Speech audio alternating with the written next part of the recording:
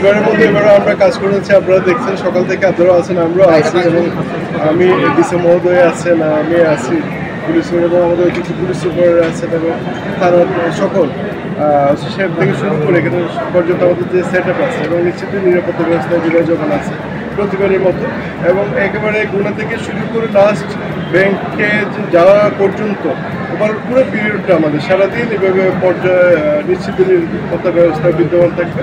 19শে August 2025 পাগলা মসজিদের ঐতিহাসিক পাগলা মসজিদ কমপ্লেক্সের আমাদের যে দান বাক্স খোলা হলো।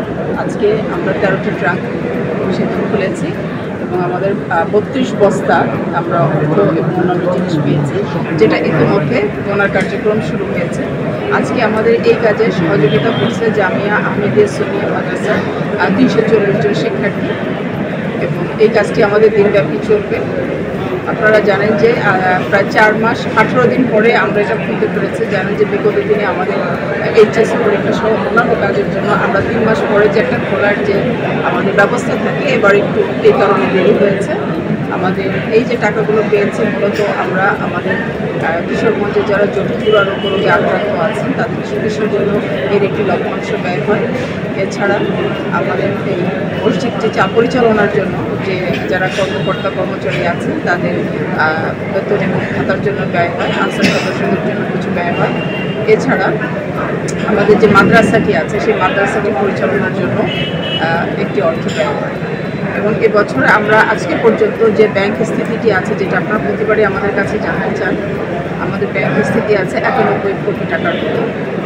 এবং আজকে আমরা আশা করছি যে বিগত দিন থেকে এবার আরও বেশি সংখ্যক টাকা জমা হবে। এবং আপনাদের দু একটা বিষয় জানার থাকে যে মসজিদ কমপ্লেক্সটি কবে উদ্বোধন হবে বা কী অবস্থা। আপনারা জানেন প্রায় 5.5 একর জায়গার আমাদের এই কমপ্লেক্সের নিজস্ব আছে, যেটির নামজারি ইতিমধ্যে আমরা করেছি। এর ভিতরে 1 একরের উপরে আছে আমাদের একটি কবরস্থান।